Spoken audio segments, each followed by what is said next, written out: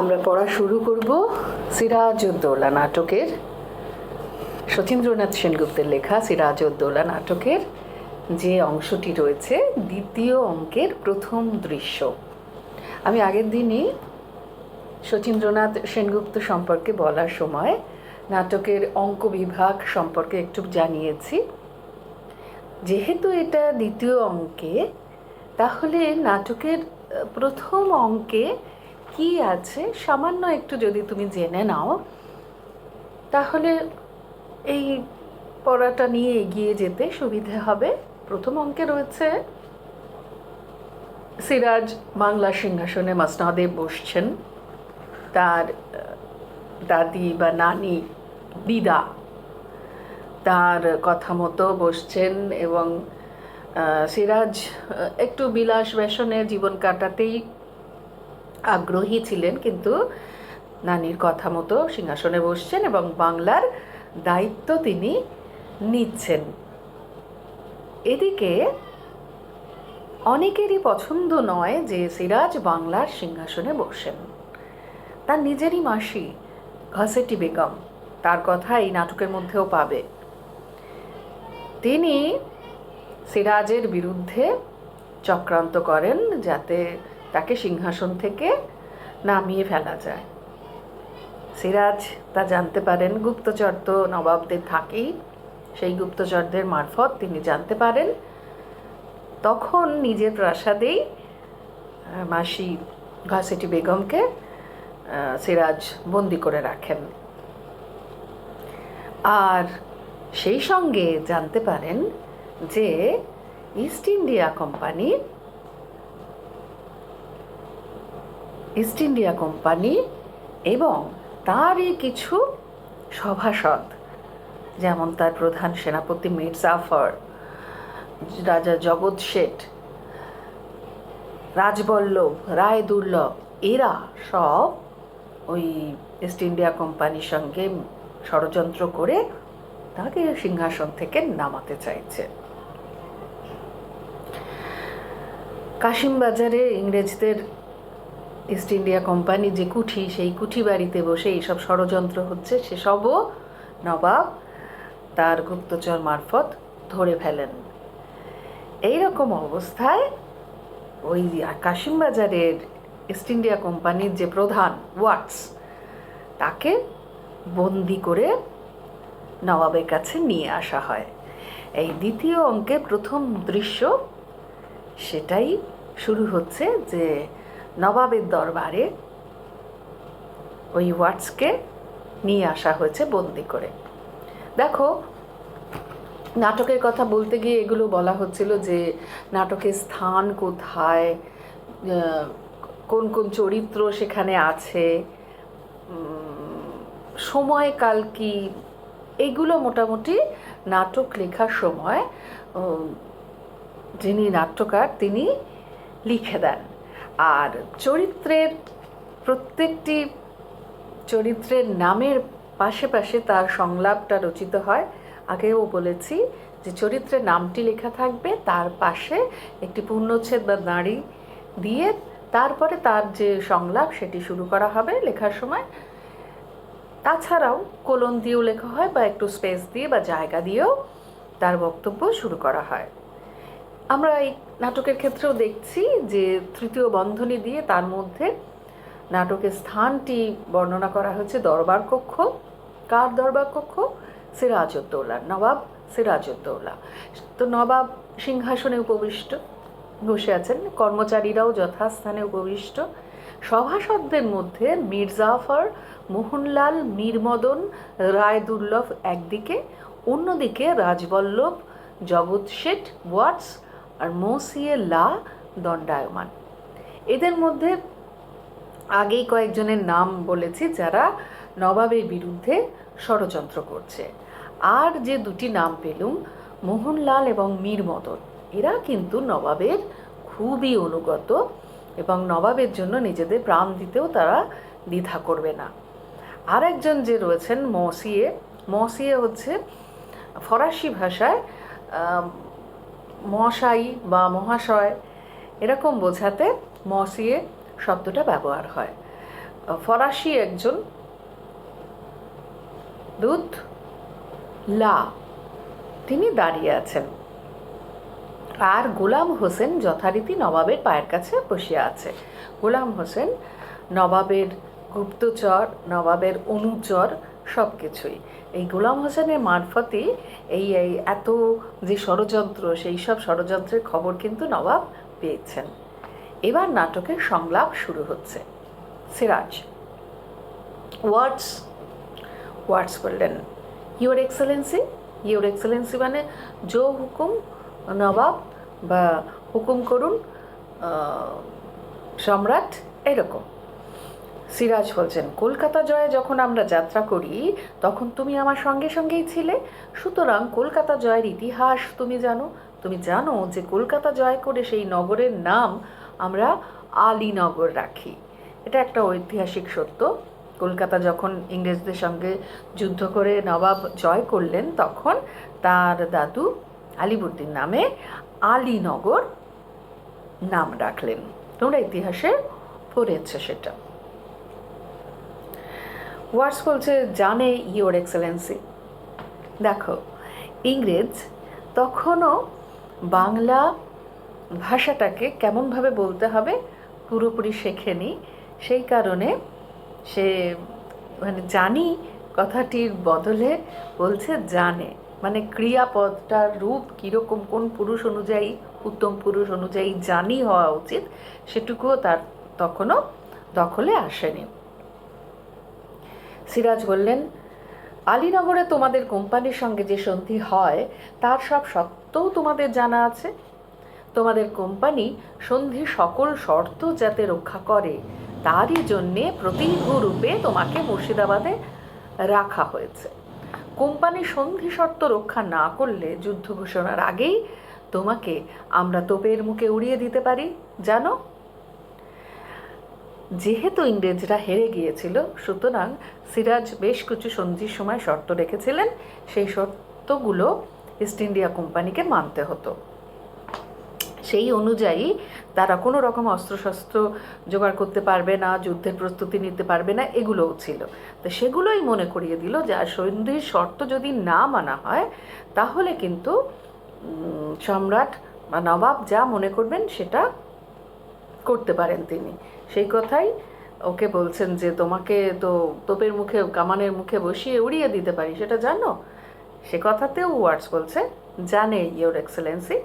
সিরাজ বলছে, তুমি প্রস্তুত হও। ওয়ার্ডস বলছে, আমি জানিলাম না, আমাদের অপরাধ। এর আগে বলছে যে সন্ধির শর্তগুলো কী ছিল সেটা জানে, কিন্তু কেন ওয়ার্ডসকে শাস্তি দেওয়া হচ্ছে সেটা সে জানে না, মানে সে না জানার ভান করছে। তখন সিরাজ বলছেন কি, তোমাদের অপরাধ সভ্যতার শিষ্টাচারের সীমা অতিক্রম করেছে। স্পর্ধা তোমাদের আকাশ স্পর্শী হয়ে উঠেছে। শুধু শান্তিভঙ্গের আশঙ্কায় আমি এতদিন তোমাদের সঙ্গে ভদ্র ব্যবহার করে এসেছি, কিন্তু ভদ্রতার অযোগ্য তোমরা। সিরাজের ভয়ানক রাগ হয়েছে। তিনি খুব বললেন যে তোমরা সভ্যতা শিষ্টাচার কি বলে সেসব তোমরা জানোই না, সেসবের সীমা অতিক্রম করে ফেলেছো। তোমরা এতদূর স্পর্ধা দেখিয়েছো যে আকাশ ছুঁয়ে গেছে সেই স্পর্ধা তোমাদের। শান্তি চেয়েছিলেন বলে এতদিন নবাব তাদের সঙ্গে ভদ্র ব্যবহার করে এসেছেন, কিন্তু ভদ্রতার অযোগ্য তারা। ওয়ার্ডস বলছে, আপনার অভিযোগ বুঝিতে পারিলাম না। তখনও না বোঝার ভান করে যাচ্ছে ওয়ার্ডস। তখন সিরাজ বললেন, মুন্সিজি, অ্যাডমিরাল ওয়াটসনের পত্র, মানে অ্যাডমিরাল ওয়াটসন যে পত্র লিখেছেন, ওয়ার্ডসকে সেই পত্র বা চিঠিখানা দেখাতে বললেন। মুন্সিজি একখানি পত্র বাহির করিলেন। সিরাজ তখন বললেন, এই পত্র সম্বন্ধে তুমি কিছু জানো? মুন্সি পত্র ওয়ার্ডসকে দিলেন। ওয়ার্ডস পড়িতে লাগিলেন। শেষের দিকে কি লেখা আছে?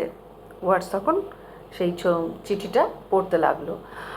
I now acquaint you that the remainder of the troops, which should have been here long since, and which I hear the colonel told you he expected, will be at Calcutta in a few days. that in a few days more I shall dispatch a vessel for more ships and more troops, and that I will kindle such a flame in your country as all the water of the Ganges all not be able to extinguish. এর বাংলাটা এর পরেই বলা আছে, আমি বলছি। সিরাজ তখন বললেন মুন্সিকে, মুন্সিজি এই পত্রের মর্ম সভাসদদের বুঝিয়ে দিন। মুন্সি পত্র লইয়া বাংলা তর্জমা শুনাইলেন। যে কর্নেল ক্লাইভ যে সৈন্যের কথা উল্লেখ করিয়াছিলেন, কর্নেল বলা আছে ওখানে, ওটা কর্নেল ক্লাইভ, তাহা শীঘ্রই কলিকাতায় পৌঁছিবে। আমি সত্তর আর একখানা জাহাজ মাদ্রাজে পাঠাইয়া সংবাদ দিব যে আরও সৈন্য এবং আরও জাহাজ বাংলায় আবশ্যক। বাংলায় আমি এমন আগুন জ্বালাইব যাহা গঙ্গার সমস্ত জল দিয়াও নিভানো যাইবে না। সিরাজ বললেন, হোয়াটস? এ ভীতি প্রদর্শনের অর্থ কি? তখন ওয়ার্ডস বলছেন, অ্যাডমিরাল এ কথা লিখিয়াছেন কেন আমি বুঝি না। তখনও সে না বোঝার ভান করে যাচ্ছে। তখন সিরাজ বললেন, বুঝিয়ে আমি দিচ্ছি মুন্সিজি, ওয়ার্ডসের পত্র। মানে ওয়ার্ডস একটি পত্র লিখেছিল, তার উত্তরে এই অ্যাডমিরাল ওয়াটসন এই চিঠিটা ওয়ার্ডসকে লিখেছিল। এবার মুন্সিজিকে ওয়ার্ডসের সেই চিঠিটা বার করতে বললেন।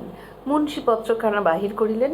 আপনিই পড়ুন, ওর হাতে দেবেন না। আচ্ছা, ওকে একবার দেখিয়ে দিন। ওয়ার্ডস পত্র দেখিল। তখন সিরাজ তাকে বললেন, বলতে পারো যে তোমার হাতের লেখা নয়? ওয়ার্ডস বললে, হ্যাঁ আমি লিখিয়াছে। ঠিক সেরকমভাবেই যে মানে বাক্য গঠন কীরকমভাবে করতে হয় সেটা কিন্তু ওরা যে ততখানি সরগর নয়, সেটা এইভাবে সংলাপ লেখার ক্ষেত্রে বোঝা যাচ্ছে। তখন সিরাজ বললেন যে পড়ুন মুন্সিজি। মুন্সি তখন এটা পড়লেন যে it is impossible to rely upon the nawab and it will be wise to attack Chandannagar. নবাবের উপর নির্ভর করা অসম্ভব, চন্দননগর আক্রমণ করাই বুদ্ধিমানের কাজ। তখন সিরাজ বললেন, তোমাদের অভদ্রতার ঔদ্ধত্যের আরও পরিচয় চাও? জেনে রাখো, তাও আমি দিতে পারি। আমার সভাসদরা, আমার স্বদেশীয়রা তারস্বরে ঘোষণা করে আমি নির্বোধ, অত্যাচারী, বিলাস সর্বস্ব, কিন্তু আমি যে সকলের শয়তানির সন্ধান রাখি তার সামান্য পরিচয় আজ দিয়ে রাখলাম। তুমি ওয়ার্ডস, তুমি আমারই দরবারে স্থান পেয়ে আমার সভাসদদের আমারই বিরুদ্ধে উত্তেজিত করো। কলকাতায় ইংরেজদের উপদেশ দাও আমারই আদেশ লঙ্ঘন করে কাজ করতে। জানো এর শাস্তি কি?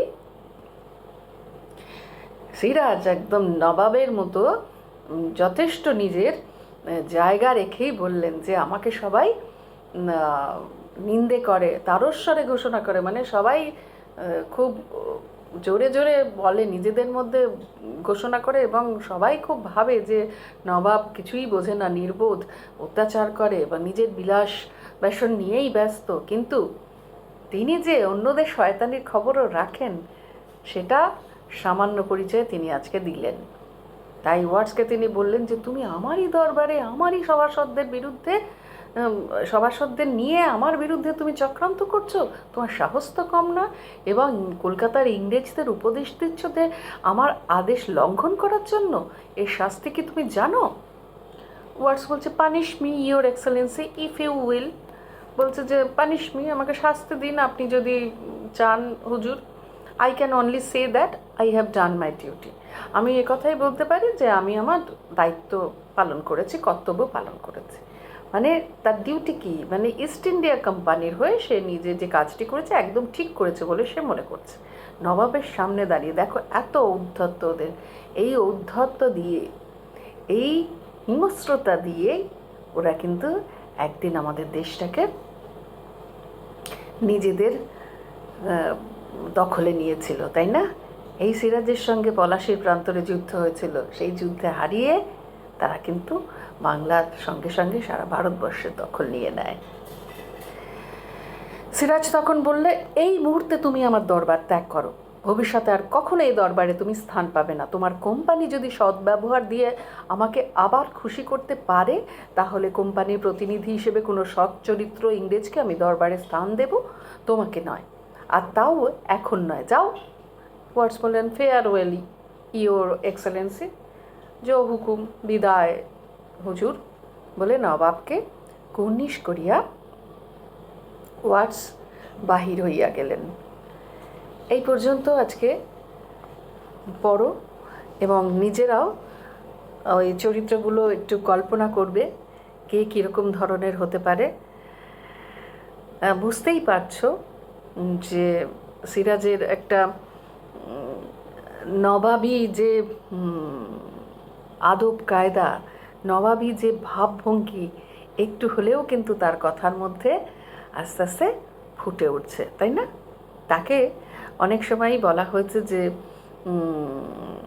বিলাস সর্বস্ব, মানে দেশের কথা ভাবেন না, কিন্তু এই নাটকের মধ্যে দিয়ে, এইটুকু অংশের মধ্যে দিয়ে কিন্তু আমরা আস্তে আস্তে বুঝতে পারবো যে দেশ সম্পর্কে তার যথেষ্ট স্পষ্ট ধারণা রয়েছে। কেমন? এইটুকু পরের দিন পরের অংশ।